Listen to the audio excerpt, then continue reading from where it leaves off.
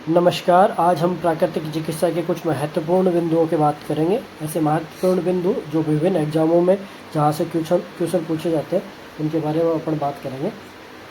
हम बात करते हैं प्राकृतिक चिकित्सा के इतिहास के बारे में। प्राकृतिक चिकित्सा उतनी ही पुरानी है जितनी प्रकृति स्वयं है। इसके आधारभूत जो तत्व है वो आकाश, वायु, अग्नि, जल और पृथ्वी, ये जो है इनको पंच महाभूत कहा जाता है, जो इसके आधारभूत सिद्धांत तत्व है। भारत में प्राकृतिक चिकित्सा का इतिहास। भारत में जो प्राकृतिक चिकित्सा का इतिहास है उसके बारे में हम बात करते हैं। आयुर्वेद ग्रंथों में जो पंच महाभूत हैं उनका वर्णन मिलता है, और जो प्राकृतिक चिकित्सा में कहा गया है कि आहार महावेशज है, अर्थात वो आहार ही औषधि है। महावेशज अर्थात औषधि कहा गया है, आहार को महाऔषधि कहा गया है। सदैव पथ्य अपथ्य का सेवन करने वाले सेवी को औषधियों की आवश्यकता नहीं होती, और अपथ्य सेवी के लिए कोई औषधि नहीं होती। जो व्यक्ति सदैव पथ्य अपथ्य का ध्यान में रखकर ग्रहण करता है उसको किसी प्रकार की औषधि की आवश्यकता नहीं होती, और जो व्यक्ति कभी पथ्य अपथ्य का ध्यान नहीं रखता उसके लिए कोई औषधि नहीं बनी गई, ऐसा आयुर्वेद में कहा गया है।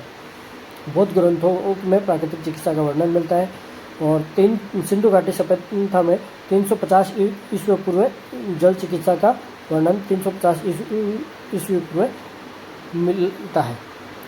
अब हम बात करते हैं आधुनिक प्राकृतिक चिकित्सा का जन्म और विकास। 400 ईस्वी पूर्व हिप्पोक्रेटस को आधुनिक प्राकृतिक चिकित्सा का जनक माना जाता है। 400 ईस्वी पूर्व। और पाश्चात्य देशों में प्राकृतिक चिकित्सा के इतिहास के बारे में हम बात करते हैं तो 1600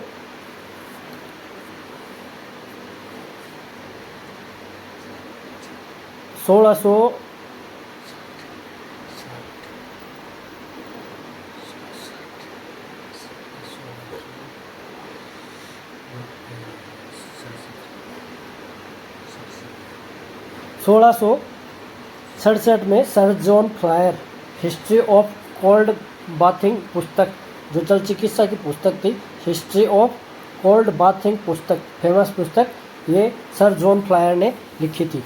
विंसेज प्रिंसेज जो आधुनिक प्राकृतिक चिकित्सा का जनक जिनको माना जाता है, विंसेज प्रिंसेज को आधुनिक प्राकृतिक चिकित्सा का जनक माना जाता है, इसका ध्यान रखें। जल चिकित्सा का जनक भी इनको कहा जाता है, फादर ऑफ वाटर थेरेपी भी इनको कहा जाता है विंसेज प्रिंसेज को। तो ये मुख्य जो साइंटिस्ट हैं जल प्राकृतिक चिकित्सा के, उनके बारे में अपन बात करते हैं। जॉनसन स्क्रॉथ थे, उनको स्क्रॉथ चिकित्सा के नाम से इन्होंने जो प्राकृतिक चिकित्सा के बारे में बताया था उसकी चिकित्सा को स्क्रॉथ चिकित्सा के बारे में वर्णन मिलता है। Doctor Henry Benjamin every body guide to nature cure नामक बहुत ही फेमस पुस्तक थी, जो हेनरी बेंजामिन है, इनकी बहुत ही फेमस पुस्तक everybody guide to nature cure नामक पुस्तक। डॉक्टर मैकफेडन की फास्टिंग फॉर हेल्थ, जो उपवास चिकित्सा है उसके ऊपर इनकी पुस्तक मिलती है, fasting for health. Macfadden encyclopedia for physical health पुस्तक नाम से भी इनकी ये दोनों पुस्तकें हैं, बहुत ही अच्छी पुस्तकें और बहुत ही फेमस पुस्तकें, फास्टिंग फॉर हेल्थ और McFadden encyclopedia for physical health, ये पुस्तक फेमस पुस्तकें हैं। एडोल्फ जुस्ट की पुस्तक रिटर्न्स टू नेचर, बहुत ज़्यादा फेमस पुस्तक, जो नेचुरोपैथी के इतिहास की सबसे फेमस पुस्तकों में से एक है। एडोल्फ जुस्ट की रिटर्न्स टू नेचर पुस्तक, इसका हिंदी में भी ट्रांसलेट किया गया है, तेलुगु में भी इसका ट्रांसलेशन किया गया है भारतीय लेखकों द्वारा, बहुत फेमस पुस्तक है ये। और एक और बहुत फेमस पुस्तक डॉक्टर H.K. लॉज की जल चिकित्सा की जो पुस्तक है, डॉक्टर H.K. लॉज की, वो बहुत शानदार पुस्तक है जल चिकित्सा की। रेशनल हाइड्रोथेरेपी पुस्तक, ये जो डॉक्टर केलॉज है ये जल चिकित्सा के साइंटिस्ट है। बेनेडिक्ट लुस्ट अमेरिका निवासी नीप वाटर क्योर नामक इनकी मासिक पत्रिका चलती थी, नीप वाटर क्योर नामक इनकी मासिक पत्रिका चलती थी। ये सीधे क्वेश्चन पूछे जाते हैं कि नीप वाटर क्योर पत्रिका किसी की के लेखक या कौन इसके संपादक थे, तो बेनेडिक्ट लुस्ट, और ये अमेरिका निवासी थे। लुइस कुने जर्मनी के थे। The science of facial expression, जो साइंस ऑफ हीलिंग पुस्तक नाम से इनकी पुस्तकें थी, बहुत शानदार पुस्तक। साइंस जो डायग्नोसिस के लिए, द फेशियल एक्सप्रेशन के लिए जो पुस्तक थी वो ये इनकी बहुत ही फेमस पुस्तक है। नेचुरोपैथी शब्द का पहला प्रयोग 1715 के अंदर जॉन स्टील ने किया था। ये याद रख सकते हैं, क्वेश्चन पूछा जाता है कि नेचुरोपैथी का सबसे पहला प्रयोग किसने किया था। तो 1715 के अंदर जॉन स्टील ने किया था। उसी शब्द को बेनेडिक्ट लुस्ट ने आगे बढ़ा दिया, जिसके कारण बेनेडिक्ट लुस्ट को अमेरिका का प्रथम प्राकृतिक चिकित्सा का जनक कहा जाता है। अगर भारत के संदर्भ में अपन बात करें, भारत के प्रथम प्राकृतिक चिकित्सक, तो महात्मा गांधी जी को प्रथम प्राकृतिक चिकित्सक या प्राकृतिक चिकित्सा का जनक भारत में माना जाता है। आधुनिक भारत में प्राकृतिक चिकित्सा के इतिहास के बारे में अपन बात करते हैं। 1904 में लुइस कुने की पुस्तक the new science of healing, अभी अपन ने बात की थी, तेलुगु में वेंकटपति शर्मा ने इसका हिंदी में और कृष्ण स्वरूप क्षेत्रीय ने अनुवाद किया था। इन दोनों ने तेलुगु में वेंकटपति शर्मा ने और हिंदी में कृष्ण स्वरूप क्षेत्रीय ने इसका अनुवाद किया था, इसको ट्रांसलेट किया था। लुइस कुने की जो पुस्तक थी इसका हिंदी और तेलुगु के अंदर ट्रांसलेशन किया गया था। महात्मा गांधी के बारे में अपन बात करते हैं। महात्मा गांधी भारत के सबसे फेमस प्राकृतिक चिकित्सक, प्रथम प्राकृतिक चिकित्सा के अनुयायी थे। इन्हें वर्तमान शताब्दी के प्रथम प्राकृतिक चिकित्सक कहा जाता है। 1940 में पूना के समीप प्राकृतिक चिकित्सालय की इन्होंने स्थापना की थी, जो आगे चल के उसको NIN के अंदर कन्वर्ट कर दिया गया था, जो उरुली कांचन के अंदर इन्होंने स्थापना की थी। संत विनोबा भावे गांवों की स्वास्थ्य योजना प्राकृतिक चिकित्सा के बहुत बड़े समर्थक थे। मोरारजी देसाई जो अपने देश के बहुत बड़े प्राकृतिक चिकित्सा के लेखक हुए हैं। डॉक्टर लक्ष्मी नारायण चौधरी राजस्थान के नीम का थाना के निवासी और देश के प्रसिद्ध प्राकृतिक चिकित्सक थे। डॉक्टर लक्ष्मी नारायण चौधरी बहुत फेमस चिकित्सक। डॉक्टर विठल दास मोदी की आरोग्य मासिक पत्रिका के संपादन और आरोग्य मंदिर गोरखपुर के संस्थापक, जिसकी आज भी बहुत सारी पुस्तकें आज भी प्राकृतिक चिकित्सा के बारे में चलती हैं, वो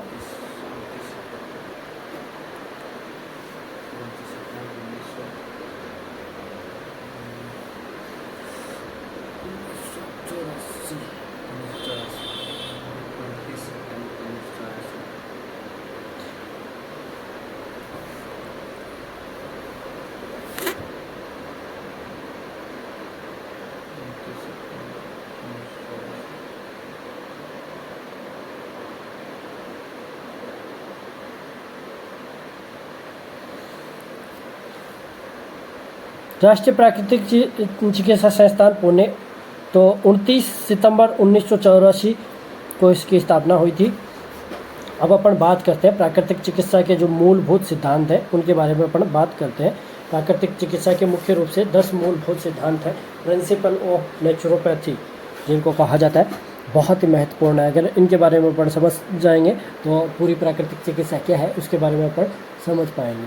प्राकृतिक चिकित्सा के 2 मूलभूत आधारभूत सिद्धांत है। सभी पहला उसमें से है, सभी रोग एक है, उनका कारण भी एक है, उनका उपचार चिकित्सा भी एक ही है। सभी रोगों का कारण एक है, अर्थात सभी रोग विजातीय तत्व है, टॉक्सिक मैटर के बॉडी के अंदर जमा होने से ही होते हैं। उनका कारण टॉक्सिक मैटर है और उनका उपचार उस टॉक्सिक मैटर को बाहर निकालना है। चोट चपेट और वातावरणीय परिस्थितियों को छोड़कर सभी रोगों का मूल कारण एक ही है और उनका इलाज भी एक ही है। शरीर में विजातीय द्रवों का संग्रहण से रोग उत्पन्न होते हैं और उनका निष्कासन ही उसकी चिकित्सा है। ये प्राकृतिक चिकित्सा का मूलभूत सिद्धांत है। रोगों का मुख्य कारण कीटाणु जीवाणु नहीं होते। ये दूसरा जो प्राकृतिक चिकित्सा का सिद्धांत है यह है, क्यों कीटाणु या जीवाणु क्यों नहीं होते। अगर किसी बॉडी के अंदर टॉक्सिक मैटर जमा है तो ही कीटाणु या जीवाणु उस बॉडी के अंदर पनप सकते हैं, अन्यथा उस बॉडी के अंदर कीटाणु या जीवाणु नहीं पनप सकते। तो मुख्य कारण टॉक्सिक मैटर है, न कि जीवाणु या बैक्टीरिया वायरस है। जीवाणु शरीर में विजातीय शक्ति के ह्रास आदि के कारण ही विजातीय द्रवों का जमाव के पश्चात आक्रमण कर पाते हैं, जब शरीर में उनके रहने और पनपने लायक अनुकूल वातावरण हो जाता है। अतः मूल कारण विजातीय पदार्थ नहीं, जीवाणु द्वितीय कारण है, यानी सेकेंडरी कोज होते हैं। तीव्र रोग शत्रु नहीं मित्र होते हैं। तो 2 प्रकार की जो डिजीज होती है, तीव्र रोग और क्रोनिक डिजीज। एक्यूट डिजीज और क्रोनिक डिजीज। एक्यूट डिजीज जो अपनी बॉडी के अंदर कुछ समय के लिए आती है, अपने बॉडी के अंदर से अपने बॉडी को डिटॉक्स करने के लिए जो अपने बॉडी के अंदर आती हैं, मतलब अपने बॉडी के अंदर जो टॉक्सिक मैटर जमा है उसको बाहर निकालने के लिए वो बॉडी के अंदर आती है और कुछ समय पश्चात वो पुनः चल जाती है, बॉडी को डिटॉक्सीफाई करके पुनः वो बीमारी ठीक हो जाती है। अगर हम उनको दबाते हैं तो वो आगे चल के क्रोनिक डिजीज़ में कन्वर्ट हो जाती है, जैसे जुखाम, बुखार आदि तीव्र रोग, जो कि शरीर में उपचारात्मक प्रयास है, अतः हमारे शत्रु नहीं मित्र होते हैं। जीर्ण रोग तीव्र रोगों से के गलत उपचार और दफन में के फलस्वरूप होते हैं। रोग दो प्रकार के होते हैं, तीव्र रोग और जीर्ण रोग। नेक्स्ट सिद्धांत है प्रकृति स्वयं चिकित्सक है। ये सबसे बड़ा सिद्धांत है, प्रकृति स्वयं चिकित्सक। प्रकृति स्वयं सबसे बड़ी चिकित्सक है। शरीर में स्वयं रोगों को उपचार बचाने, अस्वस्थ हो जाने पर पुनः स्वास्थ्य प्राप्त करने की क्षमता विद्यमान है। अपने बॉडी के अंदर अपने आप को ठीक करने की सारी क्षमताएं विद्यमान है, बस हमें उसकी हेल्प करनी है।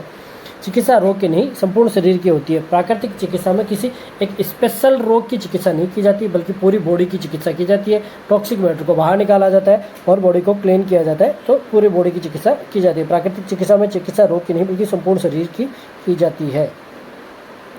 प्राकृतिक चिकित्सा में रोग निदान की विशेष आवश्यकता नहीं होती, डायग्नोसिस की स्पेशल आवश्यकता नहीं होती, क्योंकि प्राकृतिक चिकित्सा में रोग निदान सरलता से संभव है। किसी आडंबर की आवश्यकता नहीं हो पड़ती।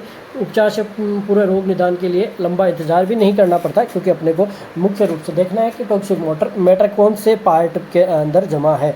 जीर्ण रोगी के आरोग्य में समय लग सकता है। जो क्रोनिक डिजीज है उनको ठीक होने में समय लग सकता है, क्योंकि उनके जो पहले उनको जो जातीय पदार्थ जमा हुआ है उसको बाहर निकालने में टाइम लगता है।